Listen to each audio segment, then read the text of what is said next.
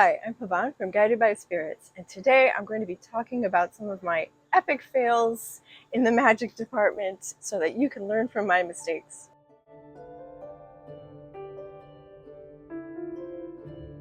Now, first of all, I want to thank Ivy the Occultist for the idea. She got it from someone else, whatever. As soon as I watched her video, do follow her if you're interested in magic and learning all about it, is that we all make mistakes, right? And I've made some big boo-boos, and you really, really don't want to have this happen to you. So let's start with number one. When I was a little kid, as a kid growing up in Puerto Rico, I used to go to this tiny little school. And one day, a friend of mine dared me to go into the bathroom, turn out the lights, stand in front of a mirror, and say Bloody Mary 3 times. Now, this was a thing that was going around at the time. I don't know if kids still do this. Anyway, for sure, right? Super exciting. Let's do it. So we stand in front of the mirror, we say Bloody Mary 3 times, and lo and behold, out of the mirror, starting as a small prick of red light, getting bigger and bigger, coming towards us, is this red ball of energy. And then it comes out of the mirror. Well, we screamed our little lungs out and ran out of that bathroom as fast as our legs could carry us. Now, okay, whatever, fun. Maybe we imagined it. I don't think so, because we both saw the same exact thing. And from then on, I kept seeing that red glowing ball around me. I could see these things as a child. I still can. And I had completely forgotten about this. But as an adult, I've been seeing this red orb and wondering what the heck it was. And because this memory has just come back to me in thinking of my epic fails, um, now I realize what it was. So I think I have some vanishing to do. So, lesson number one, don't say Bloody Mary or Beetlejuice or any other nasty spirit's name in a dark bathroom into the mirror, because it can work. And now it's time for epic fail number two, in which I nearly burn my house to the ground. I was just starting to work with real magic spells, the candles, the figures, the whole shebang. I used to always just work with manifesting what I wanted, and I thought it was really fun to add this element into my practice. I voraciously like to learn about magic and spells, and it's just so much fun. It's so exciting. It's so cool when it works. So I learned a spell for luck. I was trying to sell my house at the time, and I thought, hey, let's try it. And it used coffee grounds. And the whole thing was, you got a plate. It was just a regular old plate. And you poured coffee grounds on it. And you put the candles straight onto the coffee grounds. And mixed it with some oils. And then you lit the candle. Well, I was like, cool, let's try this. So I light the candle. I happened to go upstairs for something. All of a sudden, I smell smoke. I come running downstairs. Whole room is full of smoke. The coffee is on fire, and it's mixed with the paraffin from the candles. So everything's on fire. It is a hot mess. I touch the thing to get it out of there. The plate cracks in half because she didn't mention that the whole thing might set on fire. And then, so sad. Okay, so ruins my beautiful, beautiful, huge wooden design table, like worthy of Architectural Digest table. And I look up, and the ceiling is black. And I'm like, oh shit. Because at this point, my house, this was in Holland, my house was for sale. Okay, now it's a good thing that this spell was for luck, because luckily the ceiling was only dirty and I was able to clean all that off, and I didn't have to repaint the living room ceiling. But really, I wouldn't recommend doing this spell unless your candle is in a holder, like a glass holder, whatever, a container. Do not put a lit candle directly onto coffee grounds, much less coffee grounds that have oil mixed in with them. As for luck, I think it actually does work. Which brings me to love spells. Now, I don't think you can force somebody to fall in love with you. I wouldn't bother. I wouldn't try. I mean, if they're not into you, then, right?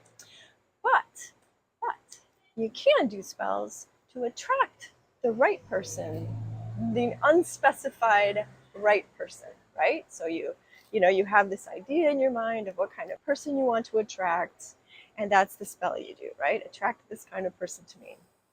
Now, I've learned over and over the hard way. I don't know if any of you have read, there's an old short horror story called The Monkey's Paw or The Monkey's Claw. And it's a lesson in being careful what you wish for. All right. When manifesting, you must know that the universe or your subconscious or whatever the heck you think is making all of this happen takes your words very seriously and very literally. So, for example, do not say, he or she is crazy about me. Because the universe only takes that main word, crazy. Yeah. So, big mistake, be really specific. I have to say, every time I've done this, yes, it has brought somebody to me, boom, boom, boom, really fast. But it's be careful what you wish for. Be careful what you wish for. The way I did this, by the way, if you want to try it, was full moon, midnight, writing your wish, burning it in the fireplace. Another way I tried, I thought, oh, maybe this will work better. I like Marie Diamond. She's a feng shui master. If you've seen The Secret, was it The Secret? Yeah, she was in it. And she's awesome. So she has this method, and if you look it up, you can find it in YouTube somewhere. I'll link it below. Anyway, so she has this much more complex method of calling in the person. And you had to write, I think I wrote like 2-3 pages. 2 or 3 pages worth of super specific, this is how it is, this is how the other person is, this is how we are together, this is what they do for me, this is how I make them feel, the whole shebang. And then you had to read it out loud every day. I did this, and boy, oh boy, it worked really, really fast. Again, maybe it was something with my wording. Anyway, at 60, well, almost 60, I'm going to be 60 in 2 weeks. I'm actually really happy alone, and I don't think I'm going to be playing with any attracting boyfriend spells anymore because, whatever. If somebody shows up and they're awesome, great. But I really, really think in attracting a mate, that whole monkey's paw story, you go read that story. Be careful what you wish for because it just might happen. And one last thing, because it's really important. I do tarot readings, right, for people. And sometimes I do them for people I know more, like sometimes it's a complete stranger and sometimes it's a friend or an acquaintance. So, of course, you start getting chatty when it's over. Now, rule number one, right? When you do a reading, I think if you've seen my video on how to not make mistakes during a tarot reading, right? You connect with the person, right? You have to connect with them. But at the end, you're supposed to disconnect because otherwise you absorb, you take on their emotional energy, their mental turmoil, whatever. And more than one time, I have spaced out because, we got to chatting and forgotten to turn that off. And boy, oh boy, I'm like bouncing off the walls, one time, or I'm feeling overwhelmed, or, well, any matter of thing, depressed. anything. And then all of a sudden, a day, 12 hours a day later, I'm like, what the heck is going on? This is not me. And then all of a sudden, I'm like, oh, I forgot to disconnect. And another thing, and I don't think people talk about this enough, and I think it's really, really important. When you do a spell, you're also connecting your energy to it, right? Just like you are when you're reading a person. When the spell is over, you need to disconnect from it.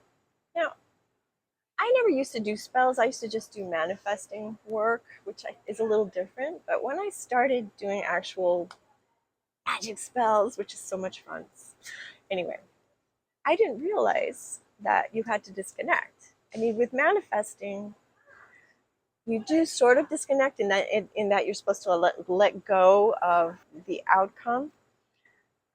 But with a spell, you literally really need to disconnect your energy. What happens if you don't? I found out, boy.